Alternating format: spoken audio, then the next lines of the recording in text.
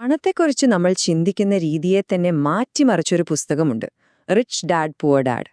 അതിന്റെ രചയിതാവായ റോബർട്ട് കിയോസാക്കിയുടെ ചില ആശയങ്ങൾ നമ്മളിൽ പലർക്കും അറിയാമായിരിക്കാം, പക്ഷേ അതിൽ പലരും ശ്രദ്ധിക്കാത്ത ചില കാര്യങ്ങളുണ്ട്.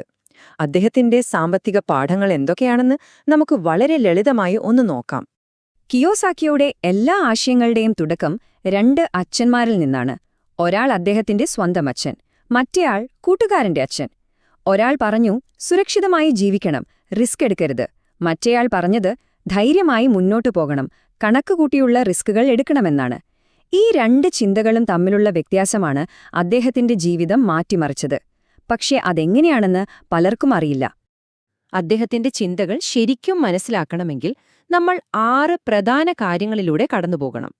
ആ രണ്ട് അച്ഛന്മാരുടെ കഥയിൽ തുടങ്ങി ലോകസമ്പദ്വ്യവസ്ഥയെക്കുറിച്ച് അദ്ദേഹം നടത്തുന്ന ഞെട്ടിക്കുന്ന പ്രവചനങ്ങൾ വരെ നമുക്കൊന്ന് പരിശോധിക്കാം. അപ്പോ എല്ലാത്തിന്റെയും തുടക്കം ഇവിടെ നിന്നാണ്. കിയോസാക്കി പറയുന്നത് സാമ്പത്തിക വിദ്യാഭ്യാസം എന്നത് 2 വഴികൾക്കിടയിലുള്ള ഒരു തിരഞ്ഞെടുപ്പാണ് എന്നാണ്. ആ 2 വഴികളെയാണ് അദ്ദേഹം പാവപ്പെട്ട അച്ഛൻ, പണക്കാരനായ അച്ഛൻ എന്ന് വിളിക്കുന്നത്. ഇതാണ് ജീവിതത്തിലെ ഏറ്റവും വലിയ തിരഞ്ഞെടുപ്പ് എന്നദ്ദേഹം പറയുന്നു.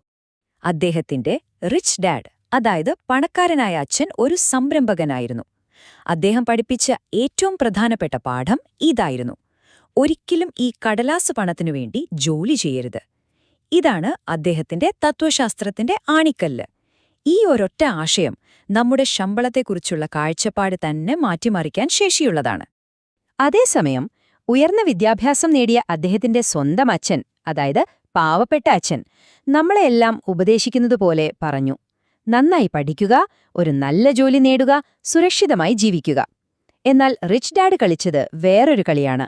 അദ്ദേഹം ജോലിയെ ഒരു കെണിയായിട്ടാണ് കണ്ടത്. കിയോസാക്കി പറയുന്നു, ഇതാണ് നമ്മളിൽ പലരും അറിയാതെ ചെയ്യുന്ന ഏറ്റവും വലിയ തെറ്റ്. ഇനി ഏറ്റവും രസകരമായൊരു കാര്യം പറയാം. ഈ ചിന്താഗതി നമ്മൾക്കെല്ലാവർക്കും അറിയാമെന്ന് കരുതുന്ന 2 വാക്കുകളുടെ അർത്ഥം പൂർണ്ണമായും മാറ്റിമറിച്ചു. ആസ്തികൾ, അതായത് അസറ്റ്, പിന്നെ ബാധ്യതകൾ, അതായത് ലയബിലിറ്റി. ഇവിടെയാണ് യഥാർത്ഥ കളി തുടങ്ങുന്നത്. റിച്ച് ഡാഡിന്റെ നിർവചനമനുസരിച്ച് ആസ്തി എന്ന് പറഞ്ഞാൽ വളരെ ലളിതമാണ്. ഒരു വസ്തു നിങ്ങൾക്ക് പണം ഇങ്ങോട്ട് തരുന്നുണ്ടോ? ഉദാഹരണത്തിന്, നിങ്ങൾ വാടകയ്ക്ക് കൊടുത്ത ഒരു വീട്. എല്ലാ മാസവും അത് നിങ്ങളുടെ പോക്കറ്റിലേക്ക് പണം കൊണ്ടുവരുന്നു എങ്കിൽ അതൊരാസ്തിയാണ്. അത്രയുള്ളൂ. അപ്പോൾ ബാധ്യതയോ? അത് നേരെ തിരിച്ചാണ്.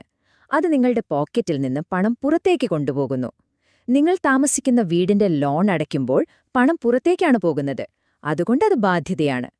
പണം ഏത് ദിശയിലേക്കാണ് ഒഴുകുന്നത് എന്നത് മാത്രമാണ് ഇവിടെ പ്രധാനം, അല്ലാതെ വസ്തുവിന്റെ പേരല്ല. ഇവിടെയാണ് പലർക്കും തെറ്റുന്നത്. കിയോസാക്കിയുടെ ഏറ്റവും വിവാദപരമായ ആശയം ഇതാണ്: നമ്മൾ താമസിക്കുന്ന നമ്മുടെ സ്വന്തം വീട് ഒരു ആസ്തിയല്ല, അതൊരു ബാധ്യതയാണ്. കാരണം എല്ലാ മാസവും നമ്മൾ അടയ്ക്കുന്ന ഹോം ലോൺ EMI, അപ്പാർട്ട്മെന്റിലെ മെയിന്റനൻസ് ചാർജ്, കറണ്ട് ബിൽ, ഇതെല്ലാം നമ്മുടെ പോക്കറ്റിൽ നിന്ന് പണം പുറത്തേക്കെടുത്തുകൊണ്ടേയിരിക്കുന്നു. അത് നമുക്കൊരു വരുമാനവും തരുന്നില്ല. ഈ ഒരു കാര്യം ചിന്തിച്ചാൽ തന്നെ നമ്മുടെ പ്ലാനിംഗ് മാറും. ഇനി ആളുകൾ എങ്ങനെ പണം സമ്പാദിക്കുന്നു എന്നതിനെക്കുറിച്ചുള്ള അദ്ദേഹത്തിന്റെ ഒരു മോഡലിലേക്ക് പോകാം. അദ്ദേഹത്തിന്റെ വാദമനുസരിച്ച് ഈ ലോകത്തുള്ള എല്ലാവരും ഈ 4 വിഭാഗങ്ങളിൽ ഒന്നിൽപ്പെടുന്നു. ഇതിൽ നിങ്ങളെവിടെയാണെന്നൊന്ന് ചിന്തിച്ചു നോക്കൂ. ഇതാണ് ക്യാഷ് ഫ്ലോ ക്വാഡ്രന്റ്. E എന്നാൽ എംപ്ലോയി, അതായത് ജീവനക്കാർ. S എന്നാൽ സെൽഫ് എംപ്ലോയിഡ്, അതായത് സ്വന്തമായി തൊഴിൽ ചെയ്യുന്ന ഡോക്ടർമാരെയും വക്കീലന്മാരെയും പോലുള്ളവർ. ഇവർ പണത്തിനുവേണ്ടി ജോലി ചെയ്യുന്നു. എന്നാൽ വലതുവശത്തുള്ള B, അതായത് ബിസിനസ് ഉടമകൾക്കും, I, അതായത് ഇൻവെസ്റ്റർമാർക്കും വേണ്ടി പണം ജോലി ചെയ്യുന്നു. ഒരു നിമിഷം ആലോചിക്കൂ, നിങ്ങളിതിൽ ഏതു ഭാഗത്താണ്? ഇടതുവശത്തുള്ള ജീവനക്കാരും സ്വന്തമായി പ്രാക്ടീസ് ചെയ്യുന്ന ഡോക്ടർമാരെ പോലുള്ളവരും അവരുടെ സമയം വിറ്റാണ് പണമുണ്ടാക്കുന്നത്. അതുകൊണ്ട് അവരുടെ വരുമാനത്തിന് എപ്പോഴും ഒരു പരിധിയുണ്ട്. പക്ഷെ യഥാർത്ഥ പ്രശ്നം അതല്ല. ശമ്പളം കയ്യിൽ കിട്ടുന്നതിനു മുൻപ് തന്നെ വലിയൊരു ശതമാനം ടാക്സായി സർക്കാരിലേക്ക് പോകുന്നു. എന്നാൽ ബിസിനസ് ഉടമകളും നിക്ഷേപകരും അങ്ങനെയല്ല. അവർ സിസ്റ്റങ്ങളെയും പണത്തെയും ഉപയോഗിച്ച് വരുമാനമുണ്ടാക്കുന്നു. ഇതാണ് പലരും ശ്രദ്ധിക്കാത്തൊരു പ്രധാന വ്യത്യാസം. ഇനി പറയാൻ പോകുന്നത് കുറച്ചുകൂടി ഗൗരവമുള്ള ഒരു കാര്യമാണ്. പണക്കാർ കൂടുതൽ സമ്പാദിക്കാൻ മാത്രമല്ല ചെയ്യുന്നത്. സാധാരണക്കാരെ കെണിയിലാക്കുന്ന അതേ കാര്യങ്ങൾ, അതായത് കടവും നികുതിയും, അവർ അവരുടെ വളർച്ചയ്ക്കായി ഉപയോഗിക്കുന്നു. ഇത് കേൾക്കുമ്പോൾ വിചിത്രമായി തോന്നാം, അല്ലേ? കിയോസാക്കി വളരെ ധൈര്യത്തോടെ പറയുന്നൊരു കാര്യമാണിത്. ഇന്നത്തെ സാമ്പത്തിക വ്യവസ്ഥ ഉണ്ടാക്കിയിരിക്കുന്നത് തന്നെ ഒരു പ്രത്യേക രീതിയിൽ പെരുമാറുന്നവർക്ക് നേട്ടമുണ്ടാക്കാൻ വേണ്ടിയാണെന്ന് അദ്ദേഹം വാദിക്കുന്നു. ഇതെങ്ങനെ സാധ്യമാകും എന്ന് നിങ്ങൾ ചിന്തിക്കുന്നുണ്ടാകും, അല്ലേ? അതിന് വ്യക്തമായ കാരണമുണ്ട്. ഇതിന്റെ കാരണം വളരെ ലളിതമാണ്. ഗവൺമെന്റുകൾ എപ്പോഴും ബിസിനസ്സുകളെയും നിക്ഷേപങ്ങളെയും പ്രോത്സാഹിപ്പിക്കുന്നു. ഉദാഹരണത്തിന്, ഒരു ബിസിനസ് തുടങ്ങാൻ നിങ്ങൾ ലോൺ എടുത്താൽ അതിന്റെ പലിശയ്ക്ക് നിങ്ങൾക്ക് ടാക്സ് ഇളവ് കിട്ടും. എന്നാൽ ഒരു സാധാരണ ജീവനക്കാരന്റെ ശമ്പളത്തിൽ നിന്ന് ടാക്സ് പിടിച്ച ശേഷമാണ് ബാക്കി കയ്യിൽ കിട്ടുന്നത്. ഈ ഒരൊറ്റ വ്യത്യാസം മതി പണക്കാർ കൂടുതൽ പണക്കാരും സാധാരണക്കാർ അതേ അവസ്ഥയിൽ തുടരാനും. ഇനി ഈ തത്വങ്ങളെ അടിസ്ഥാനമാക്കി ആഗോള സമ്പദ്വ്യവസ്ഥയെക്കുറിച്ച് അദ്ദേഹത്തിന് വളരെ വ്യക്തവും എന്നാൽ പേടിപ്പെടുത്തുന്നതുമായൊരു കാഴ്ചപ്പാടുണ്ട്. ഓർക്കുക, ഞങ്ങൾ അദ്ദേഹത്തിന്റെ കാഴ്ചപ്പാട് നിഷ്പക്ഷമായി പറയുക മാത്രമാണ് ചെയ്യുന്നത്. ഇതൊരു സാമ്പത്തിക ഉപദേശമായി കാണരുത്. 1971 അമേരിക്കൻ ഡോളർ സ്വർണവുമായുള്ള ബന്ധം വേർപെടുത്തിയതാണ് എല്ലാ പ്രശ്നങ്ങളുടെയും തുടക്കമെന്ന് അദ്ദേഹം വിശ്വസിക്കുന്നു. അദ്ദേഹത്തിന്റെ അഭിപ്രായത്തിൽ അതൊരു ചീട്ടുകൊട്ടാരം പണിയുന്നതുപോലെയായിരുന്നു. എപ്പോൾ വേണമെങ്കിലും തകർന്നു വീഴാവുന്ന ഒരു സാമ്പത്തിക വ്യവസ്ഥയ്ക്കാണ് അത് തുടക്കമിട്ടത്. അദ്ദേഹത്തിന്റെ പ്രവചനം ഒരു വലിയ സാമ്പത്തിക തകർച്ചയാണ്. പക്ഷേ അതിനെ അദ്ദേഹം ഭയത്തോടെയല്ല കാണുന്നത്. പേപ്പർ കറൻസിക്ക് പകരം സ്വർണം, വെള്ളി പോലുള്ള യഥാർത്ഥ ആസ്തികൾ കൈവശം വെക്കുന്നവർക്ക് അതൊരു വമ്പിച്ച വിലക്കുറവുള്ള ഒരു സെയിൽ പോലെയായിരിക്കുമെന്ന് അദ്ദേഹം പറയുന്നു. ആ സമയത്ത് ആസ്തികൾ കുറഞ്ഞ വിലയ്ക്ക് വാങ്ങിക്കൂട്ടാനുള്ള അവസരം.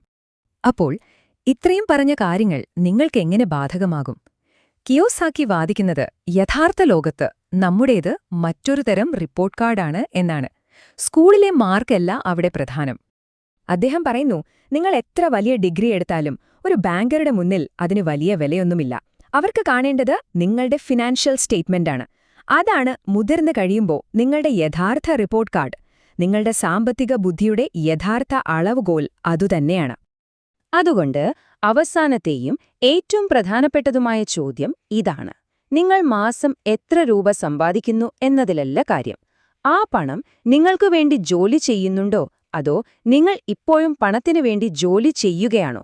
ആലോചിച്ചു നോക്കൂ, നിങ്ങളുടെ സാമ്പത്തിക റിപ്പോർട്ട് കാർഡ് നിങ്ങളെക്കുറിച്ച് എന്താണ് പറയുന്നത്?